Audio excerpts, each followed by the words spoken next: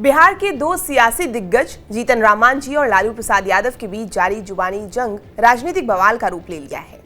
इन दोनों ही दिग्गजों की सियासी जंग में बीजेपी की भी एंट्री हो गई है। ऐसा नहीं है कि इन दोनों ही राजनीतिक दलों के बीच पहली बार सियासी जंग छिड़ी हुई हो। इसके पहले भी कई ऐसे मौके आए जब इन दोनों दलों के नेता सामने से एक दूसरे पर राजनीतिक प्रहार करते नजर आए। दरअसल बुधवार को जीतन राम मांझी ने मीडिया से बात करते हुए कहा कि वो यादव नहीं गडरिया हैं, जिसके बाद पलटवार करते हुए लालू यादव ने कहा कि वो यानी जीतन राम मांझी मुसहर है। इन दोनों दिग्गजों के बीच जुबानी जंग की बात अब उनके वंशावली तक आ गई है। हम पार्टी ने लालू प्रसाद को अपनी वंशावली को बताने की चुनौती दी है, जिसके बाद राजद ने भी अपने तरीके से जवाब दिया है। लालू प्रसाद यादव और जीतन राम मांझी दोनों ही राज्य की राजनीति के बड़े नाम हैं। दोनों ही राज्य के सीएम रह चुके हैं, अपनी अपनी पार्टी के सुप्रीमो हैं। लालू प्रसाद जहां केंद्रीय मंत्री रह चुके हैं, वहीं जीतन राम मांझी अभी केंद्रीय मंत्री हैं। दोनों ही नेता की अगली पीढ़ी बिहार की राजनीति में अपनी पहचान बनाने में लगी हुई है। इन दोनों ही राजनीतिक दलों के बीच अदावत नई बात नहीं है। इसके पहले भी जब 2022 में सीबीआई ने एक मामले में लालू यादव के हनुमान कहे जाने वाले भोला यादव को अपने गिरफ्त में लिया था, तब लालू यादव की बेटी रोहिणी आचार्य ने मोर्चा संभाला था। रोहिणी आचार्य ने एक के बाद एक पोस्ट करके अपनी ऐसी प्रतिक्रिया दी थी कि बवाल मच गया था। रोहिणी आचार्य की एक ट्वीट को जीतन राम मांझी की बहू दीपा संतोष मांझी ने रीट्वीट किया था। पहले रोहिणी आचार्य ने ट्वीट करते हुए लिखा था कि देश की समस्याओं को नजरअंदाज करके विपक्ष का गला दबा रहे हैं, बन रहे हैं हिटलर। इसके बाद उन्होंने एक और ट्वीट किया जिसमें उन्होंने केंद्र सरकार पर निशाना साधा था। रोहिणी आचार्य के द्वारा ये ट्वीट करना ही था कि जीतन राम मांझी की बहू दीपा संतोष मांझी ने भी मोर्चा खोल दिया। तब दीपा संतोष मांझी ने रोहिणी आचार्य की ट्वीट को रीट्वीट करते हुए लिखा था कि नरेंद्र मोदी जी ऐसा नेता है ना कि उनका राज्य में भारत का पैसा मार के कहियो रही होगी ना तो वहीजा से यहाँ बुला लिया जाएगा। आपको बता दें कि ये पहला मौका नहीं था। इसके पहले भी 2021 में रोहिणी आचार्य और दीपा मांझी आमने सामने आई थी। दरअसल जीतन राम मांझी ने कोरोना के केंद्र को लेकर के तेजस्वी यादव पर हमला बोला था, जिसके बाद रोहिणी आचार्य भड़क गई थी। तब उन्होंने न केवल जीतन राम मांझी पर निशाना साधा था, बल्कि उनके परिवार को भी अपने निशाने पर लिया था।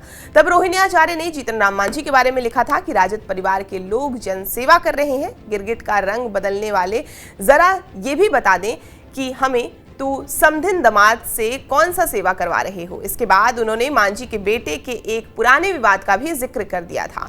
बस इसी ट्वीट को देखते हुए जीतन राम मांझी की बहू अपने आपे से बाहर आ गई थी। उन्होंने जवाब में लिखा था, भाई पिटा है गली गली, बहन बने बजरंग बली, भाभी को घर में पिटवाती हो, भ्रष्टाचार की रोहिणी तुम इतना ज्ञान कहां से लाती हो। दीपा ने एक और ट्वीट किया था जिसमें उन्होंने लालू परिवार की बड़ी बहू का जिक्र किया था। उन्होंने तब रोहिणी आचार्य को भोजपुरी में जवाब दिया था। हालांकि इस ट्विटर युद्ध में एक वक्त ये भी आया था जब दीपा मांझी ने रोहिणी की बड़ाई करते हुए ये भी कहा था कि तुमने भारतीय बेटियों का सिर गर्व से ऊंचा किया है। दरअसल ये मौका था जब रोहिणी आचार्य ने सिंगापुर में हुए ऑपरेशन में अपने पिता लालू यादव को अपनी किडनी दी थी, जिसके बाद दीपा मांझी ने ट्वीट करते हुए कहा था कि बहन आज मैं प्रण लेती हूं कि तुम्हारे ऊपर कोई भी टिप्पणी नहीं करूंगी।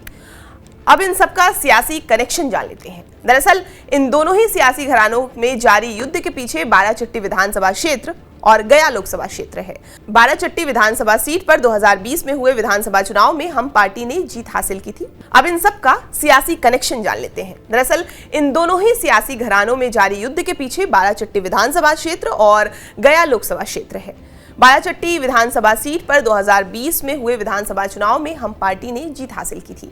बाराचट्टी सीट तब चर्चा में आई थी जब 1995 में तत्कालीन जनता दल की टिकट पर भगवती देवी विधायक बनी थी। इसके बाद सन 2000 में जब राष्ट्रीय जनता दल का गठन हो चुका था, भगवती देवी ने फिर इस सीट से अपनी जीत हासिल की। हालांकि 2005 में विधानसभा चुनाव में इस सीट पर तब जेडीयू में रहे जीतन राम मांझी ने जीत दर्ज की थी। 2010 के चुनाव में इस सीट पर ज्योति देवी ने जीत हासिल की।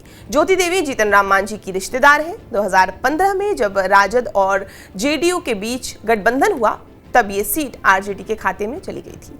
तब इस सीट पर समता देवी विधायक बनी थी। 2020 में जब विधानसभा चुनाव हुए, तब इस सीट पर ज्योति देवी ने जीत हासिल की, यानी कि बाराचट्टी विधानसभा सीट आरजेडी और जीतन राम मांझी के आसपास घूमती रही। इसी तरह गया लोकसभा सीट की बात करें तो दोनों ही पार्टी के बीच जीतन राम मांझी की जीत और आरजेडी की हार की कसक भी दिखती है।